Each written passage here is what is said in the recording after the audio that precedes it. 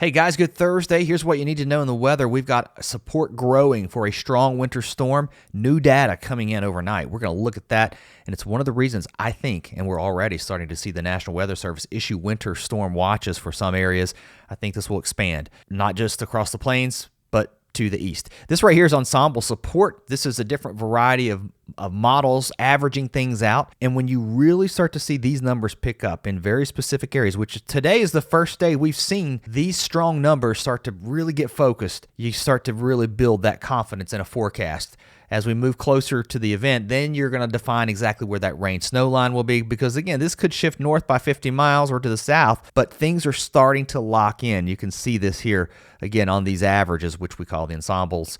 It's pretty wild to see this too. This right here in red, this is a greater chance of seeing more than 6 inches of snow. That's a 90 to almost 100% chance.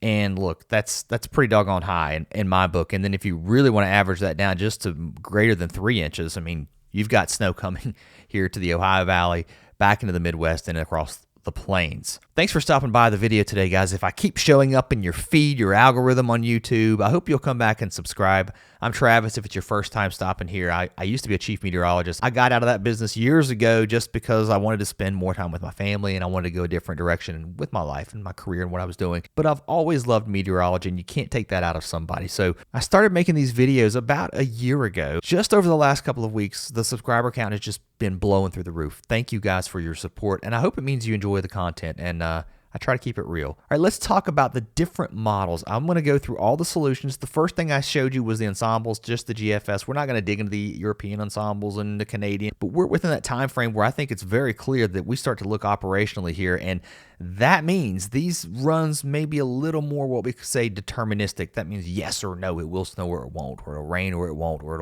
you'll have ice or snow. This is kind of how things are setting up. You've still got this area of low pressure developing here across the plains, but before it gets here, it's going to bring some pretty heavy snow and rain to the Pacific Northwest starting Friday and Saturday. And I mentioned this yesterday. I'm going to say it again. This right here is probably the most exciting time for forecasting, because you start to plug in more data into this right here. This is numerical weather prediction. Math is behind all of this, and that math comes from weather balloons that get sent up. That data gets put into the weather balloons, and now you get this pretty picture of what might happen or what might not happen. There's a lot of details that go into these models, and they're pretty impressive if you think about the math and everything that goes into it. Here's what it's saying. It's pushing our low right across southeast Kansas into southern Missouri. That puts sleet, freezing rain, and a mix of wintry mess across a good chunk of central Missouri over into southern Illinois, Kentucky, maybe even parts of Tennessee. The pink, by the way, is freezing rain. Sleet trying to show up more as an orangish color, and you can barely see it just on the northern fringe. And then the blue is snow with rain to the south. There could also be some severe weather here with thunderstorms developing along our front, and it could be another severe weather event heading into Saturday, maybe even into Sunday. So that's something to keep an eye on as we head into this weekend. And then this system continues to push off to the east. It's now bringing snow into northern parts of West Virginia with a mix of snow, sleet, freezing rain, all the above for Virginia, back through Kentucky, and some heavy snow, it looks like, up into Ohio, Indiana. The northern extent of this will be really tough to call, but, I think we get some snow into Columbus. Pittsburgh, the snow is looking a little more likely maybe than yesterday, and then into D.C., up towards Baltimore. And the snow is getting a little bit heavier, I think, into Philadelphia and southern New Jersey, too, and out towards the Delmarva. I think we see snow, depending on how far south you are. If you're out here on the eastern shore of Virginia, you're probably just going to see rain over to a little bit of snow to end things. Just for comparison, I want to show you another global model. This is the GFS. This is the American model. Gives you an idea of where this low goes. Everything here is just lining up. I'm glad I woke up today and didn't see this crazy spread in what the global operational runs are showing. And it's good to see that we're not seeing that on those two. Now, this is the Canadian. It's a little bit colder. I think it has a bias for that, but still, everything else looks pretty close to what I was expecting, with your low moving pretty much across Kentucky into West Virginia. It's a little colder. I think the Canadian is picking up on something. It'll be really wild to look at the NAM. It's not within that time frame. That's the North American model as we head into the weekend. It does a better job with some of these shorter range outlooks. I think by Sunday and Monday, you'll have a better idea of what's going to be happening here in the Carolinas. We could get some ice here, some sleet, some freezing rain, and that could extend as far north as northern Virginia up toward Harrisonburg into the Shenandoah Valley, and then snow here into southern Pennsylvania, and that moves offshore. We just missed the snow in New York City, but the Canadian arguably would be just a little bit further to the north. That puts some heavier snow into New Jersey here with that easterly flow to northeasterly flow, and we don't get a coastal storm that moves up just because you have low pressure up here. It keeps it all down to the south. Now let's talk about, maybe while you're here, the snow totals. Again, it's heavy across the west. This winter storm watches up into Montana right now for some heavy snow. Some heavy snow also possible back here into the mountains of Idaho, Wyoming, down in the Colorado Rockies. But here's your stripe of snow as we head into really the weekend into early next week. If you look closely, you can see a few totals that are wild: 18, 13, 10, 16 inches here across southern Indiana with a sharp cutoff line. And I think that will really be determined by where your rain, sleet, and not just your rain, really freezing rain, sleet, and your mixed precipitation ends, and you go over to all snow. And wherever that sets up, you're going to get a heavy dump of snow. Some of these numbers here into the West Virginia mountains are on top of the snow that we're going to see, with some snow that's falling through tonight and into Friday. Your storm moves into the west across the Pacific Northwest Saturday into Sunday, and then it moves east. That snow out here, again, we've talked about that could get really heavy up here into the mountains. And then, if you look a little bit closer, even into Montana, where we've got these winter storm watches, I think somebody sees well over a foot of snow. Our system really starts to get organized across the plains. This is a much closer look, so if you can find where you live, you can see what you're expecting here. Into Kansas City, it looked like we would get sort of a snow, sleet, freezing rain mix, and I think that's what's on the way. It could be a real mess here. And, into Kansas, we're going to look at some snow totals in a moment. Keep in mind, some of these totals may get ate into by this freezing rain mess here. So now you've got snow pushing east over to St. Louis. It looks so close for freezing rain, sleet, and snow. But look, that freezing rain line is well to your south.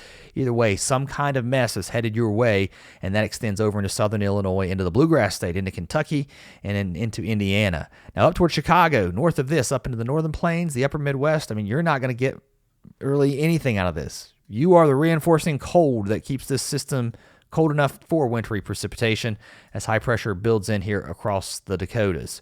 Snow and ice and sleet, freezing rain pushes off to the east, and so does our severe weather that's expected across the south.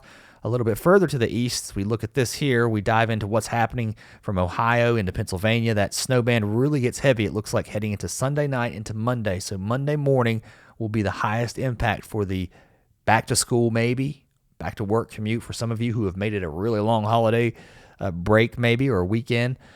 Yeah, low pressure moving through the Appalachians. It's going to really cause a mess here too late Sunday night into Monday, then across Kentucky. But for Tennessee, it looks like it's all rain. Here, south, all rain. And now, again, watch out for that severe weather. But then our wintry precipitation moves into parts of the mid-Atlantic. The snow today is looking a little bit heavier for Philadelphia. It's pushing that heavier snow up into southern and central New Jersey, a little bit further to the north, with some heavier snow here also into parts of Delaware. One thing that would mess things up, I think, is some warmer air that tries to intrude, and that might try to mix your precipitation over to sleet or freezing rain, shutting the snow down across northern Virginia, the Panhandle of West Virginia, parts of Maryland. And then as the cold air moves in, any moisture that's left over goes back over to snow. How much snow are we talking about? Let's go in even closer here. This would be your snow totals on the European operational run. We're going to go operational instead of looking at the ensembles. I think it gives you an idea of some of those extremes that might happen, but just keep in mind this could shift just a little bit. Boy, wouldn't it be something if it shifted just a bit to the south? I don't know that it does. At this point, if anything, I think we're pretty close. Pretty close. It's Thursday. Let's see what happens tomorrow, again, once that energy moves ashore and what the new data tells us. But as of Thursday morning, a pretty heavy band of snow from West Virginia over to the southern shore of New Jersey. Up into New Jersey, it's putting a couple of inches out. It really falls off pretty quickly to the north of that up towards Allentown. But right here along the PA-Maryland border, some heavy snow expected here back into West Virginia, up into the mountains, especially here into the eastern mountains of West Virginia, where we're getting a good 8 inches or so in the next 24 hours. By the time that's all said and done, we could be looking at maybe close to 2 feet in the highest elevations after 2 snow events. The first one coming tonight into Friday, and then the next one coming late in the weekend into early next week. To the west of this, there's your heavy snow just south of Columbus, but still we're looking at close to 6 inches here on this latest run, almost a foot into Indianapolis. South of that, again, wherever that gradient sets up with that freezing rain and sleet transitioning over to snow, you're going to get a heavy dump of snow. As of right now, it sort of shifted that just to the north of Huntington, so over toward Ashland, up here to Point Pleasant, really up to Wheeling into West Virginia, and then west, Cincinnati, Covington, over into northern Kentucky. Louisville, it's going to be so close for you guys. I think you're in for a wintry mess, though, and that's going to be the case for a lot of Kentucky with snow that may transition over to sleet and freezing rain. You may just start as freezing rain, unfortunately, as the ice builds in. And then back into Illinois, central Illinois, it's almost like it's right down the center of the state. The southern part of the state's going to get a mix. The northern part, nothing. The middle, a dump of snow, a big dump of snow at that. Further to the west, as we move towards St. Louis, you can see close to 10 inches of snow here on the latest European model. I want to compare this just to yesterday's run so you kind of get an idea. If anything, you might say we've shifted a little bit further to the south with overnight's data, and it's a little bit heavier too here across Missouri. And again, further to the south here, I think this is where the ice is going to be with our cold air in place and that rain moving in, and then back towards Kansas City. Oh my goodness. I mean, are we talking about 15, 18 inches of snow? The new European overnight says, yes, this is a model that's not 10-1. This is the Kuchera model, which takes into account things like fluff, because if it's cold, you're going to get a fluffier snow, or your snow ratio may not be 10-1. Even at a 10-1 ratio, you're still looking at close to a foot of snow. That's what I'm looking at today. What happens after this? All eyes turn to Texas, because I gotta wonder, is something going to develop? The European isn't doing this, okay? But I want to show you the GFS, what it is doing. It's been doing this for the last couple of runs. This is the 6Z run, which I do not like. Last night's 0Z, which means it ran at midnight. That's Zulu time. It was much more suppressed with our snow.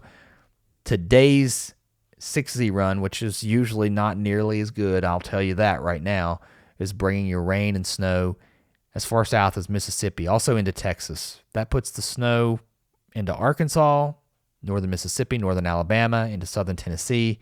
And then as it moves east, we've got snow into northern Georgia, eastern Georgia, up into South Carolina, and that might put snow into the Carolinas. Now, before you get too excited about this, there's clearly a lot of uncertainties about this. I want to show you the ensembles. We started the video with that. We're going to end it here, because if you're looking at snow in the south, look at the odds of seeing more than an inch of snow. This purple, that's 10 to 20%. This teal right in this area, that's 20 to 30%. And then the green here, that's 30 to 40%. So you kind of get the idea.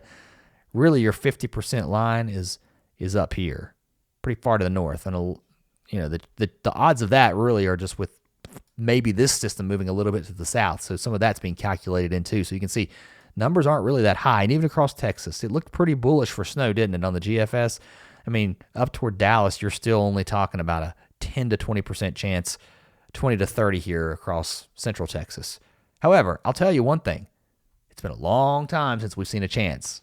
So any chances you get across the south this far out are pretty impressive. More to come on that. So if you like this content, subscribe, come back. I'll see you.